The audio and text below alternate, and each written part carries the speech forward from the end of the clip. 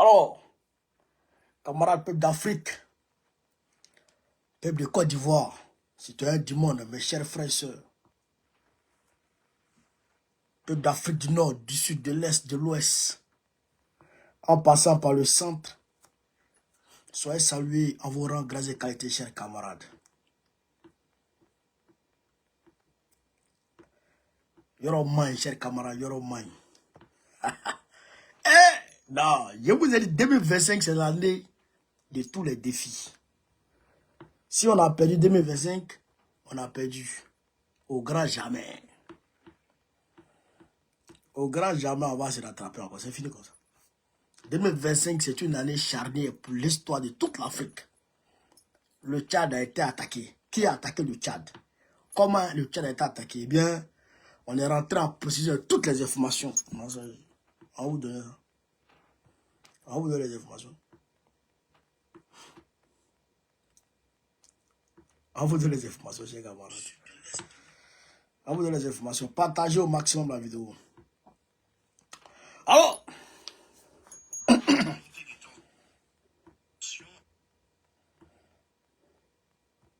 Trump dit qu'il va envahir le Canada et puis... Trump, c'est un maudit. C'est d'avoir appelé le Trump, c'est que d'avoir appelé l'homme, quoi. Trump dit qu'il va attaquer le Canada. Il y aura un magne. Trump, c'est un 10. Donald Trump. Trump, c'est un 10, il va attaquer le Canada. Hey. Chez les Joe Dalton, là. Le monde est devenu bizarre. Le monde lui-même, Dieu même ne comprend plus. Dieu même dit, mais ces gens-là, qu'est-ce qu'ils iraient faire? Comment je les ai créés?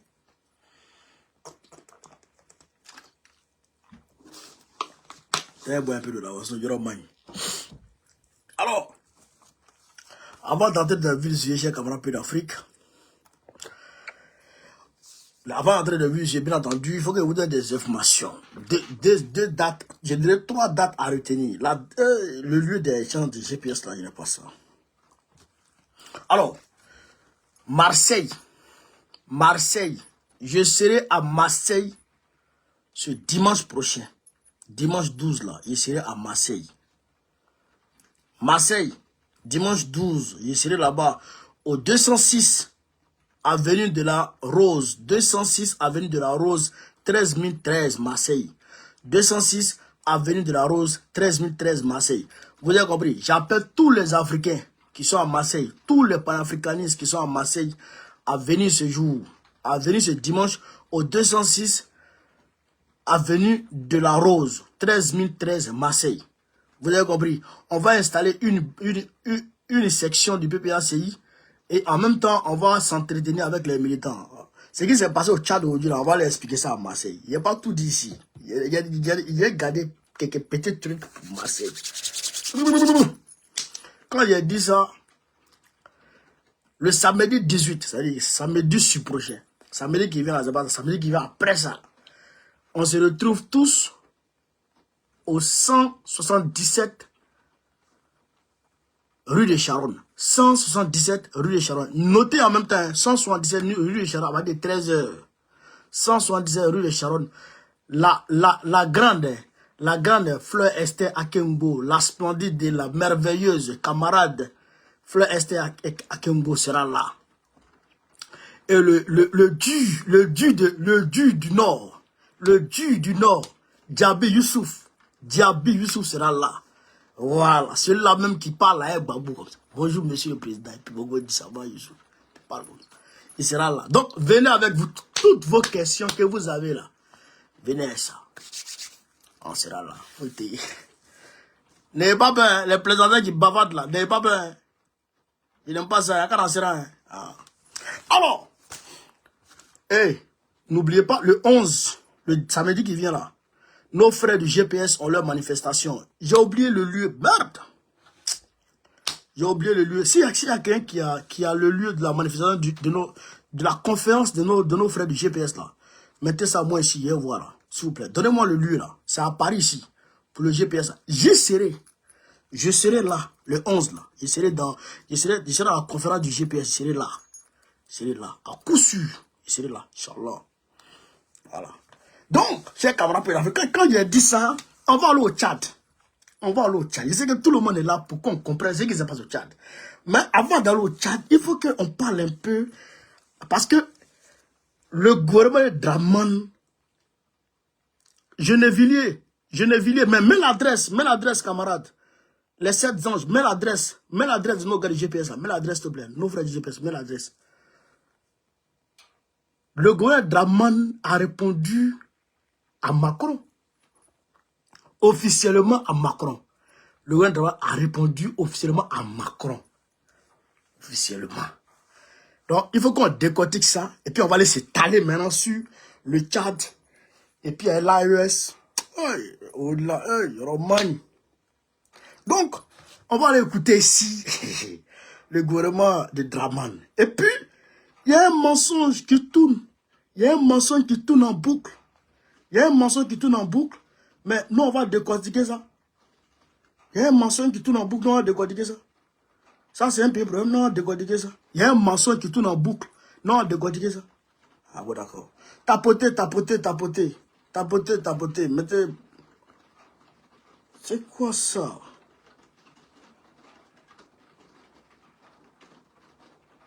Allah.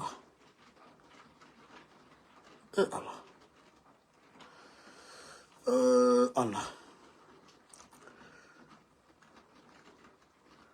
Tapotez la vidéo, chers camarades d'Afrique. Il y a un mensonge qui tourne là.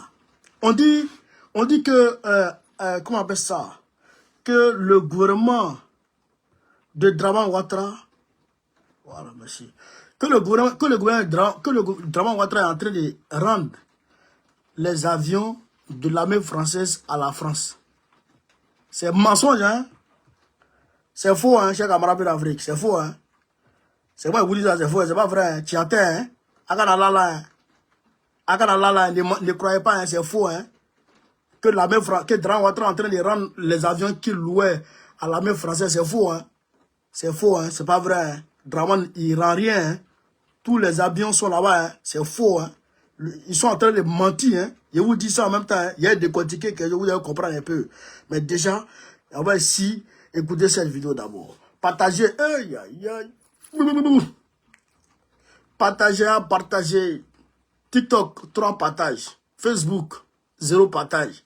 YouTube, il n'y a pas de... Vraiment. Donc, on va écouter ici. Le président de la République française a fait une sortie qui a fait couler beaucoup d'encre. Certains pays ont réagi, Écoutez, notamment lorsqu'il a traité d'ingrats les chefs d'État africains. Que répond le gouvernement ivoirien vis-à-vis de cette sortie de M. Macron? Regarde, observez les gestes que le ministre fait. Le porte-parole, observez les gestes qu'il fait en répondant à la question du journaliste. Regardez les gestes qu'il fait. Hein? Regardez, on est parti. Je vais mettre la vidéo. Ma seconde question porte sur le rappel de l'ambassadeur du Burkina Faso et bien d'autres diplomates de ce pays en Côte d'Ivoire. Est-ce que l'information est confirmée par les autorités ivoiriennes? Sinon, dites-nous un peu sur cette histoire. Merci, monsieur le ministre. Regardez la position. Merci. Nous n'avons aucun commentaire à faire sur les propos du président Macron. Pour ce qui concerne la Côte d'Ivoire, le chef de l'État ivoirien, lors de son intervention, a été assez clair sur les conditions dans lesquelles donc, le camp du 43e BIMA nous a été rétrocédé. Il n'y avait aucune ambiguïté là-dessus. Pour ce qui concerne donc les pays qui devraient être reconnaissants à la France, en tout cas, je ne me souviens pas que la France ait mené de combat pour la Côte d'Ivoire, donc nous ne sommes pas particulièrement concernés par ces propos-là non plus. Nous avons eu une collaboration avec la France, avec l'armée française, dans le cadre d'une coopération qui est connue, qui est claire. Nous avons des relations anciennes avec la France. avec qui nous avons toujours eu donc de bonnes relations. Donc après l'intervention du chef de l'État qui a été très très clair sur les conditions dans lesquelles les négociations, les discussions ont été menées pour aboutir donc à cette rétrocession donc du camp du 43e BIMA, nous n'avons pas d'autres commentaires à faire. Je pense qu'il faut revenir au discours du président de la République pour voir que peut-être que ces propos concernaient d'autres pays, mais pas la Côte d'Ivoire. Oui, sur le Burkina.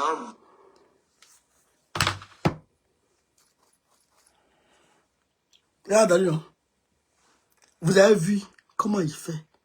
Oui, mais nous n'avons pas je n'ai pas de commentaires à faire sur ce dossier. Mais nous, la France n'a jamais mené de combat pour la Côte d'Ivoire. Donc, nous, on ne se reconnaît pas. Peut-être qu'il parle de d'autres pays, mais ce n'est pas nous. Donc, je vous renvoie vous avez vu, des mimiques, des gesticulations, des grimaces. Vous voyez, non? C'est que le gars, on lui a dit, il faut faire attention. C'est que Dramon lui a dit, petit, où tu t'en vas là? Dramon lui a dit, petit, où tu t'en vas là? Je sais qu'ils vont te poser la question de l'armée française. Mais il faut savoir répondre. Sinon, si tu réponds mal, tu me mets dans le problème petit, je vais te renvoyer. Donc, c'est-à-dire que lui-même, il est en train de répondre, mais c'est-à-dire qu'il a au moins 10 tonnes de stress sur lui, quoi. Il ne peut pas parler, il ne peut pas. Sinon, on connaît un petit gros. Il n'y a pas plus arrogant, que petit gros. Est-ce que tu as déjà vu quelqu'un qui est insolent que petit gros? Est-ce que tu as déjà vu quelqu'un qui est insolent que petit gros? Il n'y en a pas. Mais il ne peut pas répondre. Il ne peut pas. Vous avez vu le Sénégal? Le Sénégal était clair. Le Sénégal, c'est une décision souveraine du Sénégal. C'est une décision souveraine du Sénégal. C'est une décision souveraine du Sénégal. Macron se trompe. Le Tchad a dit pareil. Depuis que Kakalume est sorti pour dire ça. Ben, pour dire Macron, ce que Macron a dit là, ça frise le mépris pour l'Afrique et les Africains. Donc, Macron n'a qu'à se calmer. Claire. Ça, c'est les propos guerriers. C'est-à-dire que toi, tu es engagé dans la voie engagé dans la voie du panafricanisme, de la souveraineté. Mais ça, là, il ne peut pas répondre. Attends, c'est qu'il répond. Mais s'il répond d'une manière, Macron va se fâcher, il va appeler Draman. Draman va se fâcher, il va le renvoyer. Donc, lui-même, il joue son poste. Là, il joue son poste. Donc, il ne peut pas parler. Sinon, comment un homme peut dire l'armée française n'a pas mené de combat? Bon, c'est vrai que l'armée française n'a pas mené de combat pour la Côte d'Ivoire. Mais elle a mené un combat pour Draman. Je dirais pour la France elle-même. Puisque ils ont mis Draman dans le sac. Et puis, ils sont allés, ils ont bombardé la Côte d'Ivoire. Ils ont tué les Ivoiriens. Ils ont enlevé le président Gbagbo. Et puis, ils ont sorti Draman dans leur sac. Et ils ont installé Draman, c'est tout. Donc, eux, ils sont là. Ils doivent leur poste, leur niveau de vie, leur aisance dans Abidjan, là. Ils doivent tout ça à la France. Ils ne peuvent pas parler. Eux, là, ils ne peuvent pas parler. Eh bien, dis quoi? Vous êtes un produit de la France. Vous tous, vous êtes là grâce à la France. Et c'est la France qui vous maintient. C'est la France qui vous maintient. On sait tout. Nous, on sait tout ça. Donc, vous, là, vous ne pouvez pas parler. Et on lui a demandé à savoir si il est au courant de, comment on appelle ça, de la lettre que, comment on appelle ça, que les Nations Unies, que l'ONU a adressée à Draman. Il dit non, que lui n'est pas au courant de ça. Si l'ONU, si nous on a, comment on appelle ça, copie de ça, qu'on fasse sortir. Mais, attends, chers camarades d'Afrique.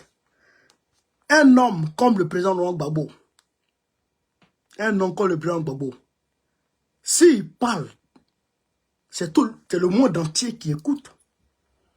Un nom comme Gbagbo. Si quand il parle, c'est le monde entier qui écoute. Donc, Gbagbo va dire des contre-vérités contre l'ONU, et puis l'ONU ne va pas riposter. Non, si c'était faux, si ce que le président Gbagbo avait dit était faux, il y a longtemps, l'ONU allait sortir un communiqué pour dire ce que le président Gbagbo a dit là, c'est faux. Mais l'ONU ne parle pas. L'ONU ne parle pas. Ça veut dire que ce que le président Gbagbo a dit, c'est juste. C'est juste. Mais Dramane là, Dramane c'est le plus grand mytho dans le monde. C'est le plus grand mytho au monde. Et Dramane même ne va pas prendre cette lettre-là pour venir te montrer, toi petit gros. Dramane ne va pas prendre cette lettre pour vous montrer. Toute la pression que Dramane subit à travers le monde entier là, il ne faut pas vous dire ça. Petit gros même connaît rien. Le gars que vous voyez, le porte-parole du gouvernement là, il connaît rien dans l'affaire de Côte d'Ivoire là. Mais quelqu'un qui s'est tenu pour dire que ce n'est pas le président Gbagbo qui est le président du PPACI. Il s'est tenu pour dire ça. Que ce n'est pas Gbagbo qui est le président du PPACI. Petit gros qui a dit ça. C'est Petit gros qui a dit ça. Que ce n'est pas Gbagbo qui est le président du PPACI. C'est ton grand-père qui est le président du PPACI. C'est ton grand-père. Donc, pour dire quoi? Pour dire que ce gars-là, il ne connaît rien. La lettre a bel et bien été envoyée à Dramane. Et d'ailleurs, même on a vu une délégation de l'ONU chez Gbagbo. Nous tous, on a vu une délégation de l'ONU chez Gbagbo. C'est parce que le président lui-même, il n'a pas voulu parler de ce que la France a dit. Sinon, l'ambassadeur de France est parti là-bas, chez le président Gbagbo. L'ambassadeur de France est déplacé pour aller chez le président Gbagbo, pour aller parler à lui. Et ce que le président Gbagbo leur a dit là, ils savent. Et ils ont rendu compte à Dramane. Une délégation de l'Union européenne encore s'est déplacée pour aller voir le président Gbagbo. L'Union européenne, une délégation s'est déplacée pour aller voir le président Gbagbo. Mais cette délégation, elle est partie chez Dramane aussi. Elle sait ce que le président Gbagbo lui a dit. Est-ce que vous comprenez? Donc ça là, ce que le président Gbagbo a dit là, c'est ça qui est la vérité. C'est-à-dire qu'il n'y a même pas de doute. L'ONU leur a écrit. Mais l'ONU ils vont venir pour venir leur dire, on t'a dit de mettre. Ça arrive. Très bientôt. Voilà, ça arrive très bientôt. Donc, c'est camarades peu d'Afrique. Au-delà de ça, voilà. Donc, je vous disais tantôt que les mensonges qui circulent sur les réseaux sociaux à travers Africa Intelligence, qui dit que Dramane Ouattara, la Côte d'Ivoire est en train de rétrocéder, en train de se débarrasser, se défaire des avions, en train de rendre les hélicoptères de la France qu'elle utilisait à la France elle-même, c'est faux. Je vous dis, écoutez très bien, c'est faux. La Côte d'Ivoire ne rend rien à personne. Puisque la Côte d'Ivoire qui est là, Dramane qui est là, ne décide de rien.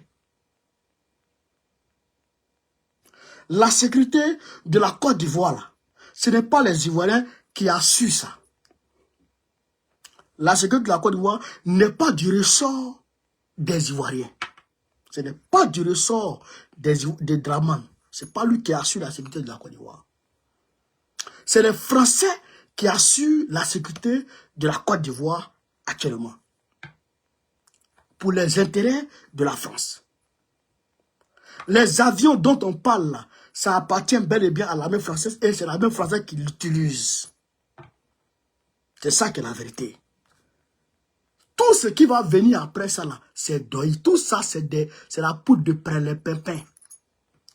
Pourquoi François Compaoré est resté en Côte d'Ivoire? On dit non, la France lui a refusé un visa. C'est faux. C'est faux.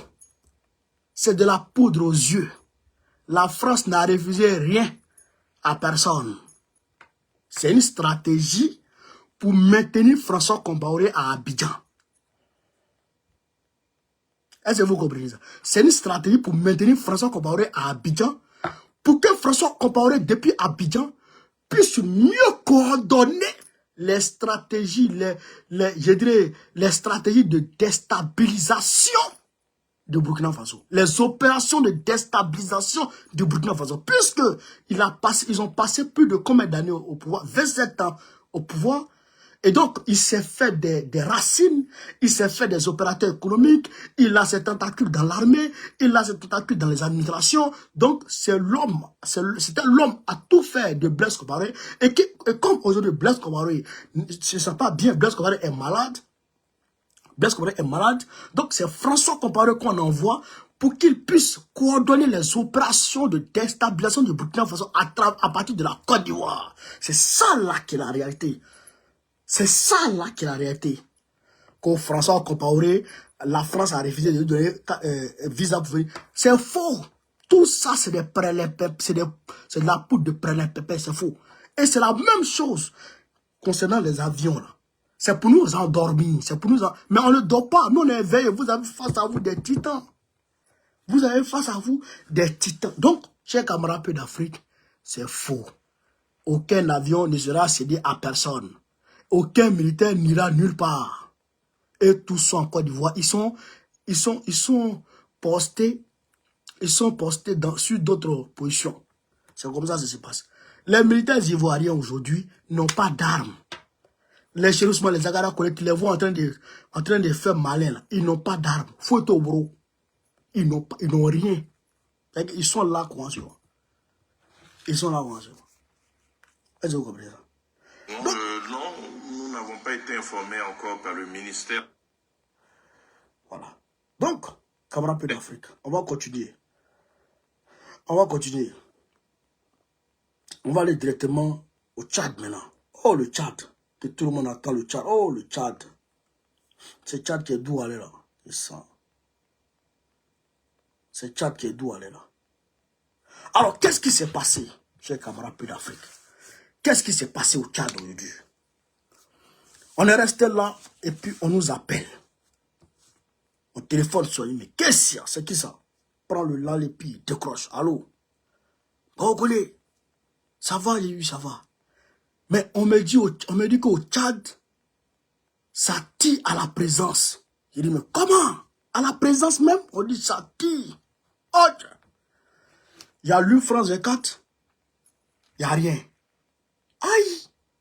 Bon. Je prends mon téléphone, j'appelle, et on me confirme l'information. Je dis, mais comment? Donc, il veut faire tomber Déby Kaka dans la musulman là. Ah non, you're mine. Donc, on a fait une vidéo et puis balancé. La vidéo a commencé à tourner et tout. Et puis, après, chers camarades peu d'Afrique, on nous dit que la situation est sous contrôle. J'ai dit, mais comment ça? Si la situation est sous contrôle, il faut me montrer des preuves. Et on m'envoie les vidéos. Les vidéos des gars qui sont attachés comme ça. Les militaires tchadiens, c'est pas bon. Ils les ont attachés comme ça. Ils ont déjà, beaucoup sont à terre.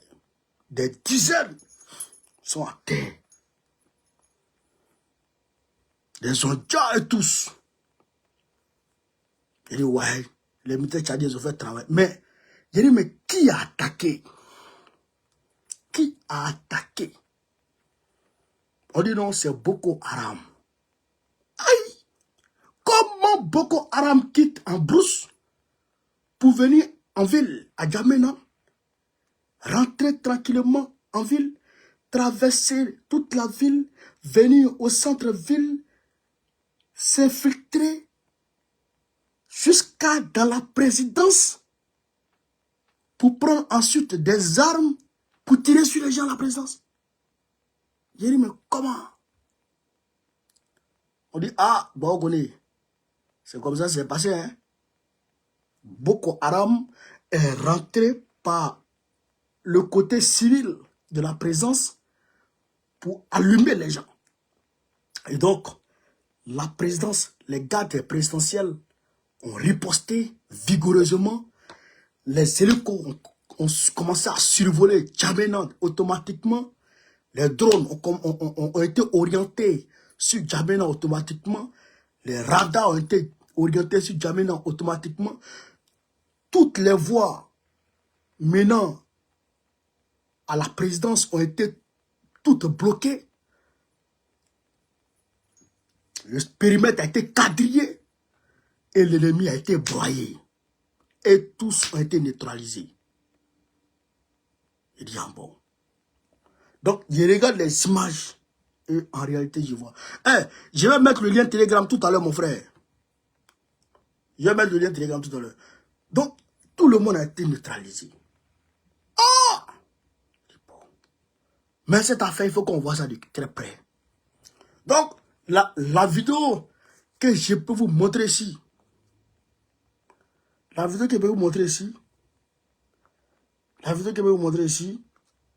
c'est la vidéo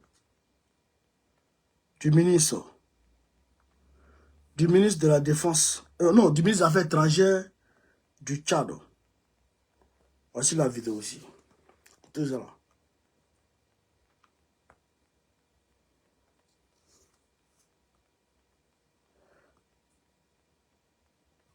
Soyez calme, il n'y a rien, il n'y a absolument rien. Nous sommes tous mobilisés, les forces de défense et de sécurité sont mobilisées et tout a été éradiqué, toute cette tentative de déstabilisation a été éradiquée. Soyez à l'écoute, restez ferme et je reviendrai pour vous donner plus de détails. Vas-y, en arabe. Je suis entouré de militaires dans un calme total. Et nous avons préféré faire un direct pour vous dire que nous sommes mobilisés pour défendre la patrie et pour défendre notre président. Inch'Allah, nous allons anéantir tous ces rigolos qui pensent remettre en cause l'intégrité de notre pays.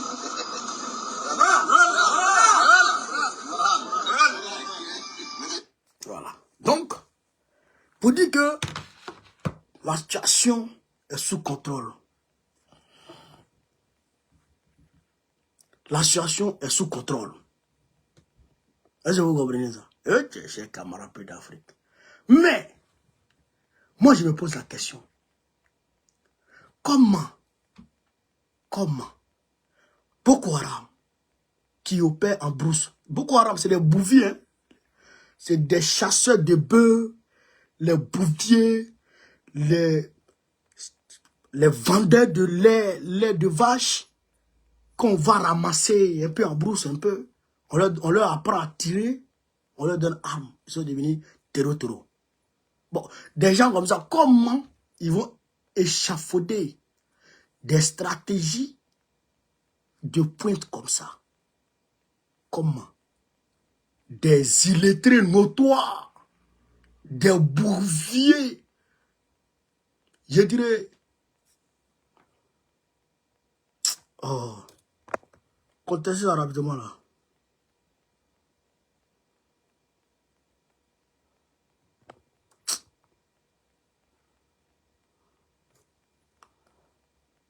Vous êtes pas pied là. Comment ça?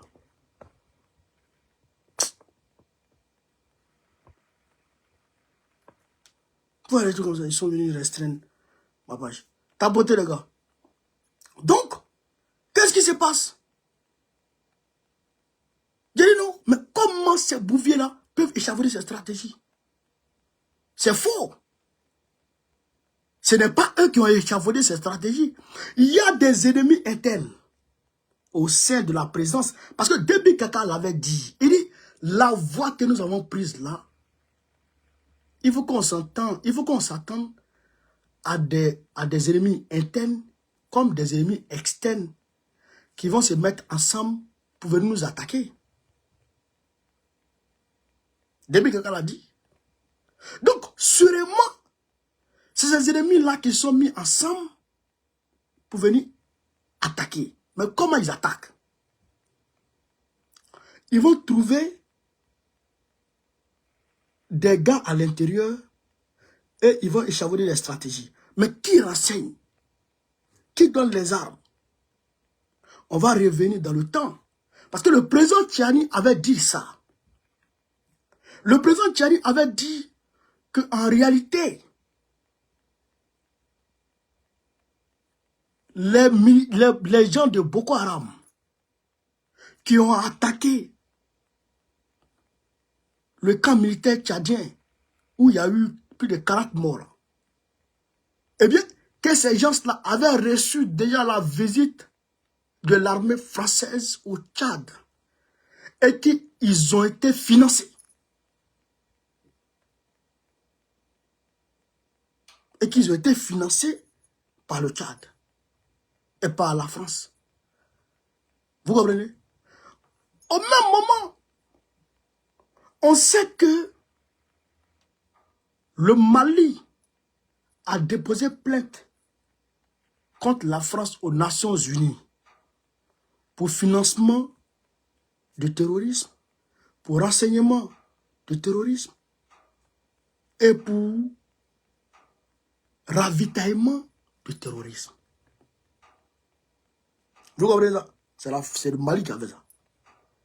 Mais cette plainte-là, la France n'a jamais répondu à cette plainte. D'ailleurs, elle a posé son veto pour ne pas que cette plainte-là soit un jour à l'ordre du jour au niveau du Conseil de sécurité des Nations Unies. Au-delà de ça, il y a l'entreprise Lafarge, entreprise française, qui a été sanctionnée par les États-Unis pour financement du terrorisme.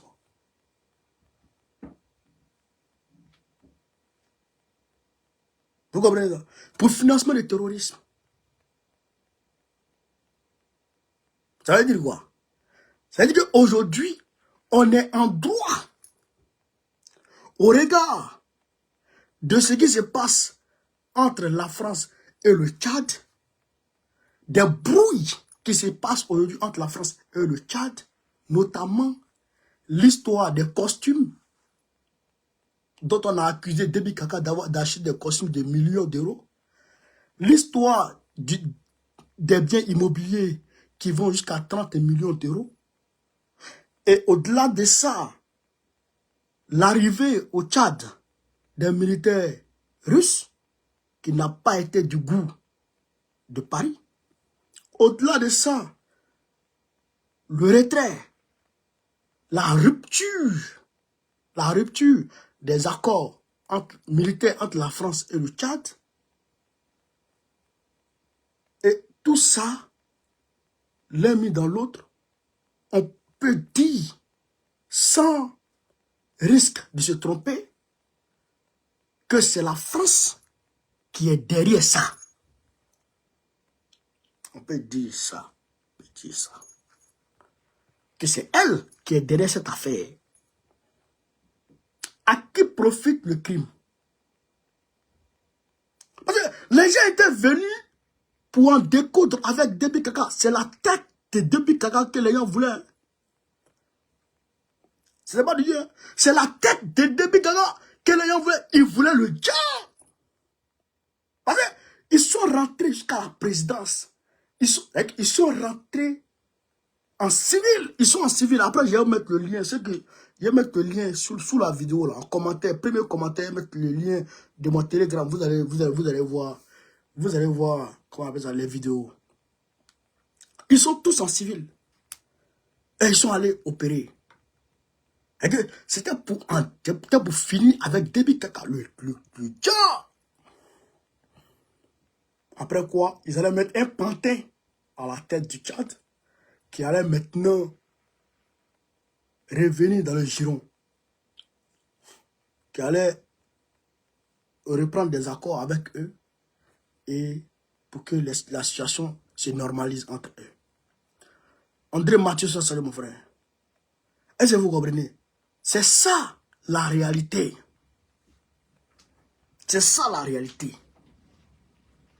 Vous comprenez? Maintenant, moi ce que j'ai dit à Déby Kaka,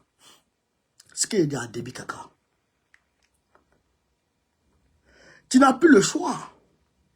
Soit tu viens dans l'AES ou tu restes un loup solitaire et ils vont finir avec toi. Parce que Aujourd'hui, les gens là sont devenus comme des lions blessés.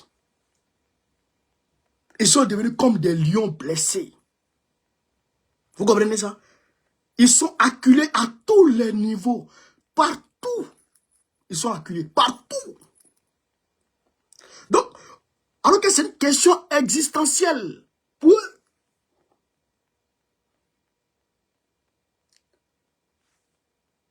Les relations france-africaines, là, la coopération france-africaine, là, c'est une question existentielle pour la France. Vous comprenez? C'est pourquoi chaque président qui arrive dit « Je vais rompre avec la France-Afrique ». Mais ce président fait pire que le précédent. Quand ils arrivent là, Mitterrand est arrivé, lui qui n'était pas de droite, qui était, je pense, le premier président de gauche de la France, quand il est arrivé, les gens pensaient qu'il allait rompre avec la France-Afrique. Mais il a été le président qui a tué le plus de panafricanistes en Afrique. Mitterrand, c'est un délinquant notoire, un criminel, un criminel de renom. C'est un délinquant. C'est lui qui a fini avec Thomas Sankara. Les Houphouët-Boigny tout seul. C'est lui qui les a dit. Bon, Houphouët-Boigny, bon, vers la fin de sa vie, lui était devenu presque panafricaniste. Mais c'est lui qui a fini avec tout cela. Jacques Chirac, quand il arrive, Jacques Chirac devient pire. C'est lui qui a détruit Bouaké, Abidjan, la Côte d'Ivoire, qui a détruit l'économie du Gabon aussi. Jacques Chirac était un délinquant aussi de son côté. Après Sarkozy, on n'en parle pas. François Hollande est venu, lui, c'est vrai que c'est lui qui a envoyé les terreaux au Mali. François Hollande. François Hollande. C'est lui qui a envoyé les terreaux au Mali, dans le Sahel. Bon, le même François Hollande, lui, il est parti. Macron est devenu pire. Est-ce que vous comprenez? Donc, c'est une question existentielle. S'ils perdent l'Afrique, ils vont dégringoler. Ils vont dégringoler de leur rang jusqu'à peut-être 38e puissance économique mondiale. Ils ne seront même plus parmi les G7. Ils ne feront même plus partie du G7. Ils vont dégringoler de partout. Non, c'est une question de vie. Eux là, ils poussent leurs pions comme ils le peuvent. Et tu t'amuses, ils vont faire ta peau. Donc aujourd'hui là, si Déby Kera pense que c'est une question je dirais, de se faire voir ou de se faire aimer, non, c'est pas ça. C'est une question de survie. C'est une question de survie parce que là, c'est un combat que tu engages. Et ce combat-là, dans un combat, tu peux perdre ou gagner. Mais si tu joues les beaux gosses dans l'arène, mais ton adversaire va te mettre un KO. Tu montes pour gagner. Donc aujourd'hui, pour gagner, Macron le disait, il appelle l'Union européenne à se mettre ensemble et à renforcer leur capacité militaire. Parce qu'aujourd'hui, les États-Unis ne les calculent même plus. Trump, aujourd'hui, là, quand il a fait sa conférence de presse, là, mais Trump n'est pas prêt, il vient pour se venger.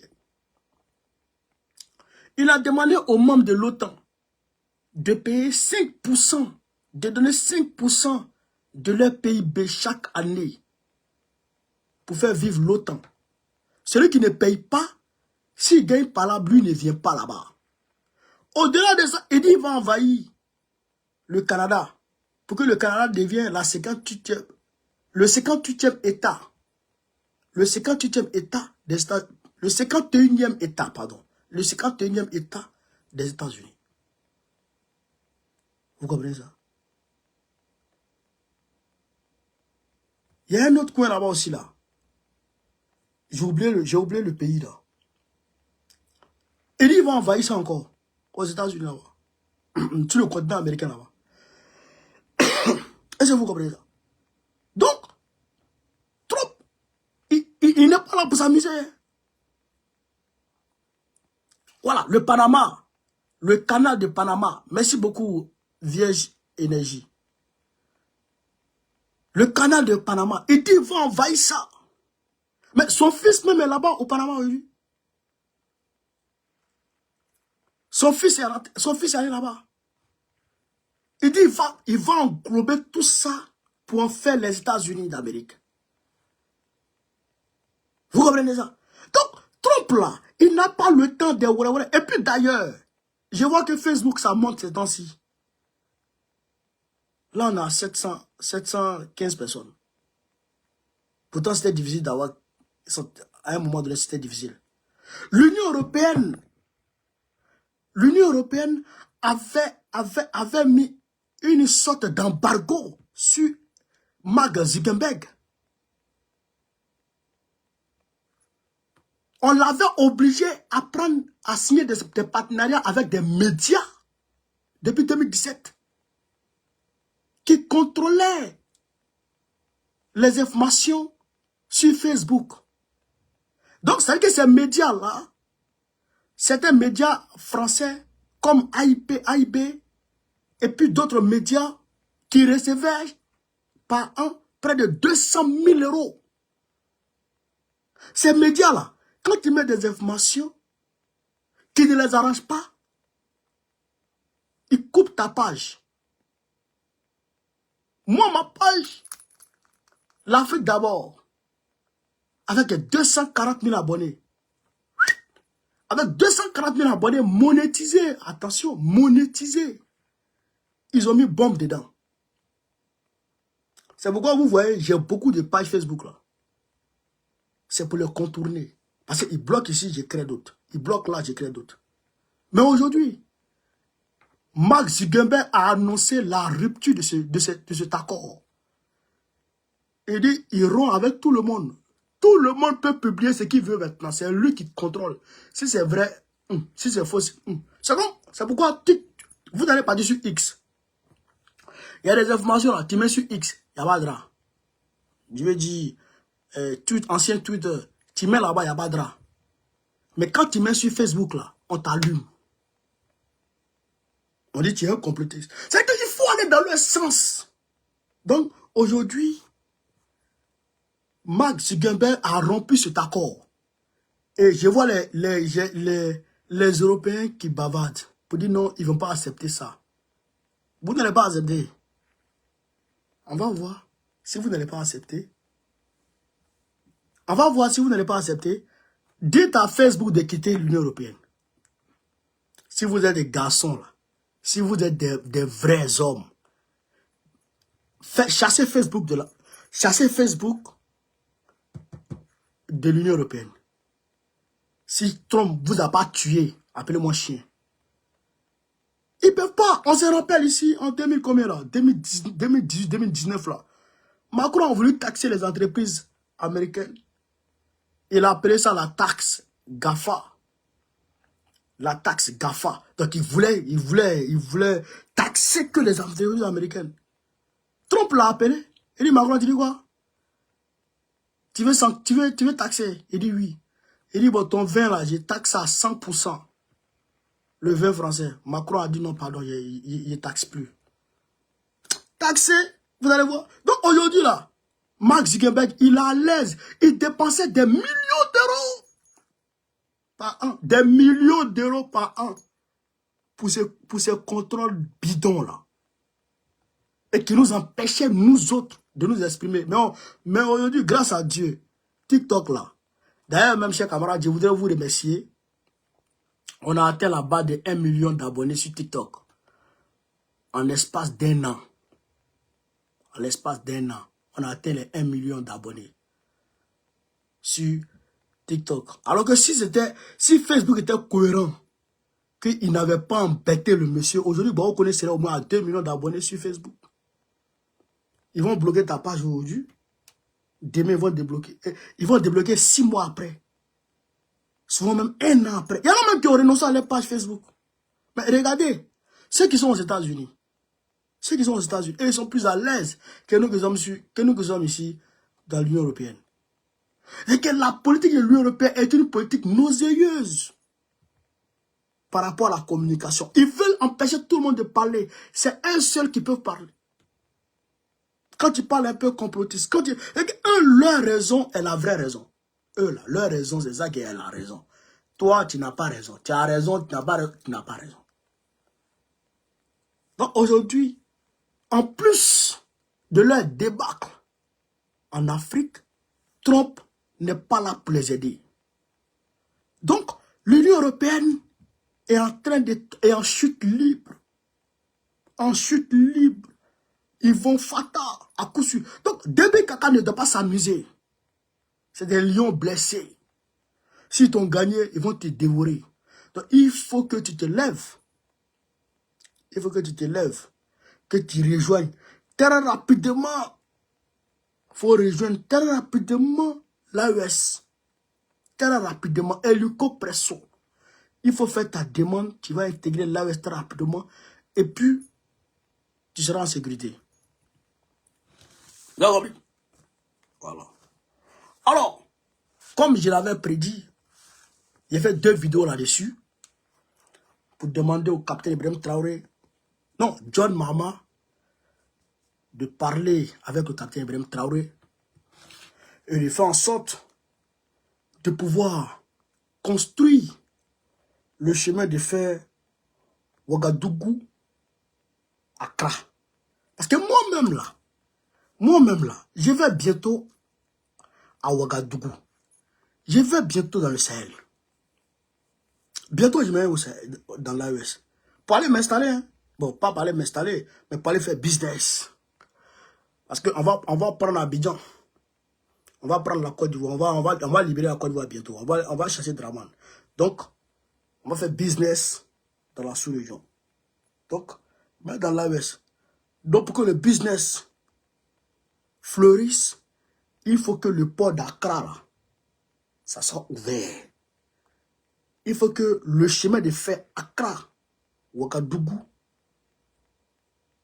soit ouvert.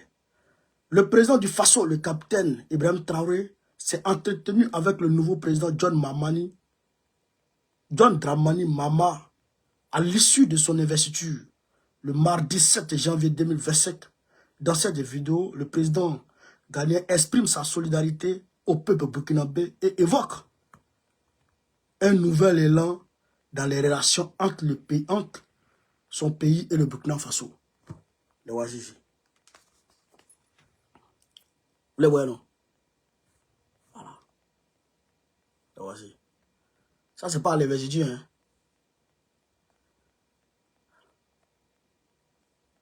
Voilà. Donc, ils se sont bel et bien entretenus.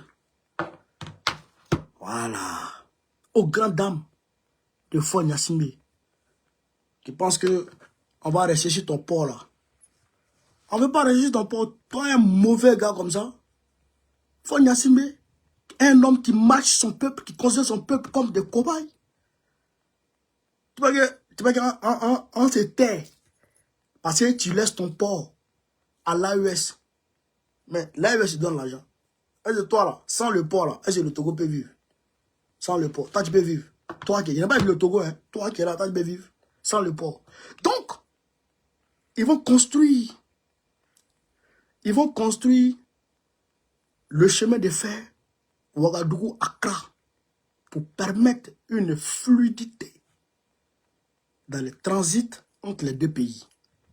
Les opérateurs économiques burkinabés seront plus à l'aise. Voilà.